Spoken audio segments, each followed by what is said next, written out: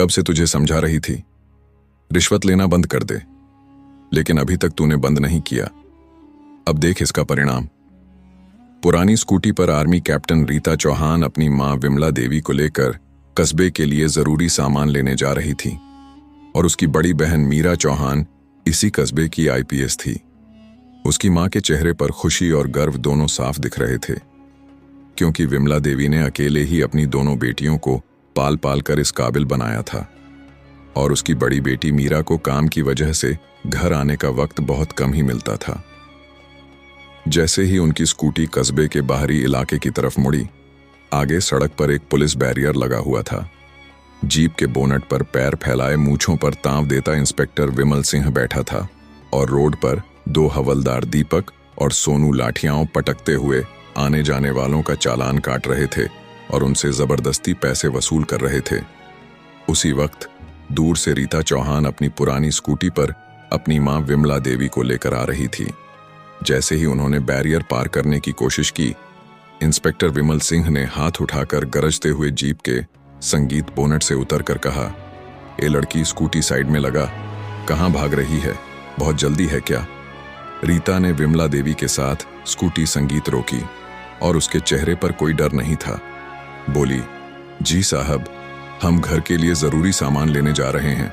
अगर कागज देखने हैं तो हमारे पास सारे कागज हैं। विमल सिंह ने उनकी ओर देखकर ठाका लगाया। ओहो, बड़ी बहादुर बन रही है। और तेरे पीछे यह बूढ़ी कौन है, कहां से आ रही है? संगीत।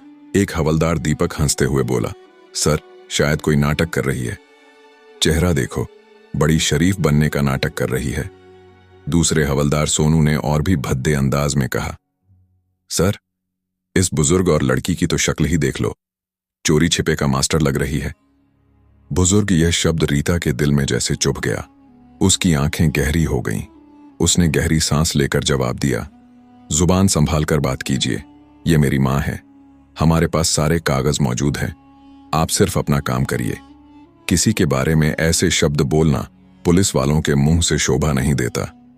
इतने में इंस्पेक्टर विमल सिंह गुस्से में आग बबूला हो गया और बोला, अबे चुप, तेरी जैसी लड़की हमें बोलना सिखाएगी? तू हमें कानून मत सिखा।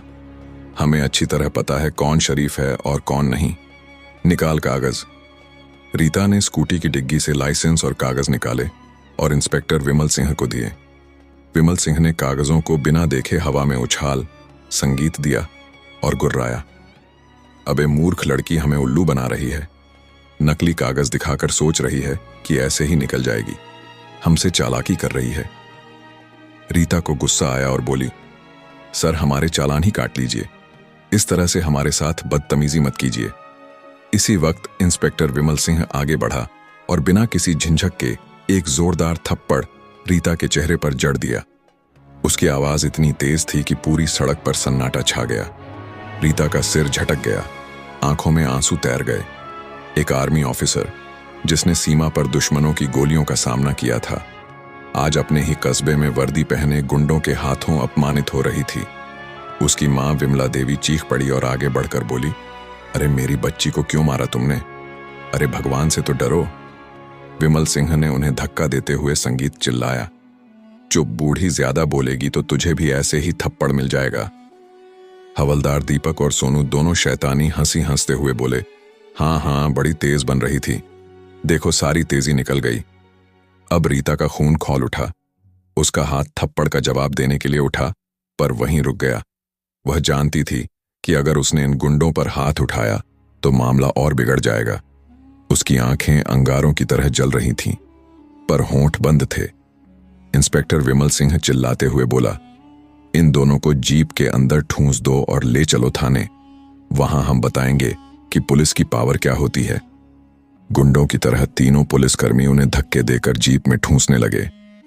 सड़क पर तमाशा देखने वालों की भीड़ जमा हो गई थी। कुछ लोग मोबाइल निकालकर वीडियो बना रहे थे, पर किसी की हिम्मत नहीं हुई कि आगे बढ़कर बोल सके। इसी भीड़ में एक नौजवान लड़का चुपचाप पूरी घटना रिकॉर्ड कर रहा था।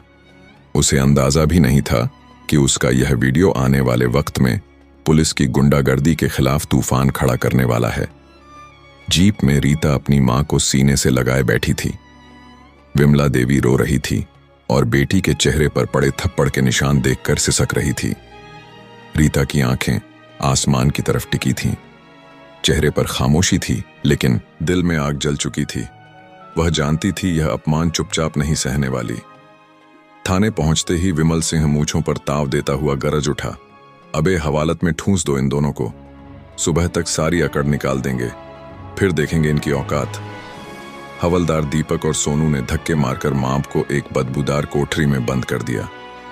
दरवाजा बंद होते ही कोठरी की दीवारों में उनकी सिसकियों की गूंज गूंजने लगी। लेकिन इन पुलिस वालों को इस बात का पता नहीं था कि बाहर एक ऐसा तूफान था जिसकी संगीत कान में थोड़ी सी भी भनक लग गई तो उसके चपेट में थाने समेत इनकी पूरी जिंदगी तहस नहस कर देने वाली थी। विमला देवी ने रोते हुए कहा, बिटिया, यह लोग हमें कहां बंद कर दिए, अब क्या होगा? रीता ने अपनी मां को गले से लगा लिया। उसकी अपनी आंखों में भी आंसू थे, पर आवाज में फौलादी मजबूती थी। मां, तुम चिंता मत करो, मैं हूं ना, बस थोड़ी देर की बात है, सब ठीक हो जाएगा। थाने में संगीत एक चाय वाला लड़का जो आईपीएस ऑफिस में भी चाय पहुंचाया करता था, उसने रीता को पहचान लिया। वह कांप गया। अरे यह तो आर्मी वाली मैडम है, आईपीएस मैडम की छोटी बहन। लेकिन इंस्पेक्टर के खौफ से वह कुछ बोल नहीं पाया और चुपचाप वहां से खिसक गया। थोड़ी देर बाद एक सब इंस्पेक्टर शराब के नशे में धुत होकर हवालत के पास आया। हाथ में बोतल लहराते हुए बोला, बे कौन हो तुम दोनों, बड़ी भाई भी बनी फिरती हो, बताती क्यों नहीं अपना असली नाम? रीता ने उसकी तरफ नफरत से देखा पर कुछ बोली नहीं। वह शराबी दरोगा कुछ उल्टा सीधा बकता हुआ चला गया। धीरे धीरे रात गहराने लगी। हवालत के अंदर मच्छरों की भिनभिनाहट, सीलन की बदबू और घुटन बढ़ती जा रही थी। विमला देवी को अस्थमा की शिकायत थी। उस घुटन भरे माहौल में उनका दम घुटने लगा। वह जोर जोर से खांसने लगी। रीता घबरा गई। उसने दरवाजा पीटना शुरू कर दिया। कोई है, दरवाजा खोलो, मेरी मां की तबीयत खराब हो रही है, प्लीज किसी डॉक्टर को बुलाइए। उसने बार बार आवाज दी, पर उसकी आवाज थाने के शोर में दब कर रह गई। बाहर से एक सिपाही की आवाज आई, अबे चुपचाप पड़ी रह, ड्रामा मत कर, सुबह से पहले कोई दरवाजा नहीं खुलेगा। पूरी रात रीता अपनी मां का सिर गोद में रखे बैठी रही। वह अपनी मां की पीठ सहलाती रही, उन्हें हिम्मत देती रही। सुबह होते होते उसकी आंखें रोष और बेबसी से लाल हो चुकी थीं। अभी तक कस्बे के किसी भी बड़े अधिकारी को खबर नहीं थी कि एक आर्मी ऑफिसर और आईपीएस की बहन की मां एक अंधेरी कोठरी में कैद है। दूसरी तरफ कस्बा प्रशासन में हड़कंप मचना शुरू हो गया था। मीरा चौहान सुबह से अपनी मां और बहन को फोन कर रही थी, पर दोनों का फोन बंद आ रहा था। उसने अपने ड्राइवर को घर भेजा तो पता चला कि वे सुबह से ही बाहर निकली हैं और लौटी नहीं।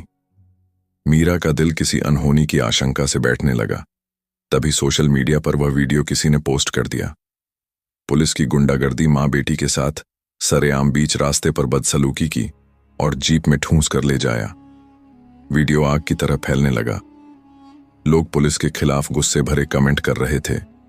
यही वीडियो व्हाट्सएप ग्रुप्स के जरिए घूमता हुआ मीरा के पीए के पास पहुंचा। उसने वीडियो देखा और उसके पैरों तले जमीन खिसक गई। उसने आईपीएस के केबिन का दरवाजा खटखटाया। मीरा उस वक्त एक जरूरी मीटिंग में थी। उसने इशारे से पीए को रोका, लेकिन पीए की आंखों में जो घबराहट थी उसे देखकर मीरा ने मीटिंग रोक दी और पास वाले कमरे में गई और बोली, क्या बात है विकास, सब ठीक तो है? विकास ने लड़खड़ाती आवाज में कहा, मैडम एक वीडियो है। मीरा ने फोन हाथ में लिया और वीडियो प्ले किया। जैसे जैसे वीडियो आगे बढ़ा, मीरा के चेहरे का रंग बदलने लगा। उसकी शांत आंखों में पहले हैरानी, फिर गुस्सा और फिर एक भयानक तूफान उभर आया। जब उसने इंस्पेक्टर विमल सिंह को अपनी फौजी बहन रीता के गाल पर थप्पड़ मारते देखा तो उसके हाथ कांपने लगे। फोन उसके हाथ से छूटते छूटते बचा। उसकी मां, उसकी प्यारी मां, जिसे उसने कभी ऊंची आवाज में बात तक नहीं की थी, सड़क पर गिड़गिड़ा रही थी और उसकी छोटी बहन, उसकी लाडली रीता जो देश की शान थी, आज सड़क पर बेबस खड़ी थी। मीरा की आंखों में आंसू भर आए, लेकिन उसने फौरन खुद को संभाला। संगीत, वह एक आईपीएस थी। उसे इस वक्त भावनाओं में बहने का कोई हक नहीं था। उसके अंदर की बेटी और बहन तड़प रही थी, पर उसके अंदर का अवसर जाग चुका था। उसने अपने दांत भी कंधे। उसकी सांसें तेज हो गई थीं। उसने मीटिंग में मौजूद अफसरों से कहा, यह मीटिंग यहीं खत्म होती है, आप सब जा सकते हैं। सबके जाने के बाद उसने अपने पीए से कहा, विकास, पता लगाओ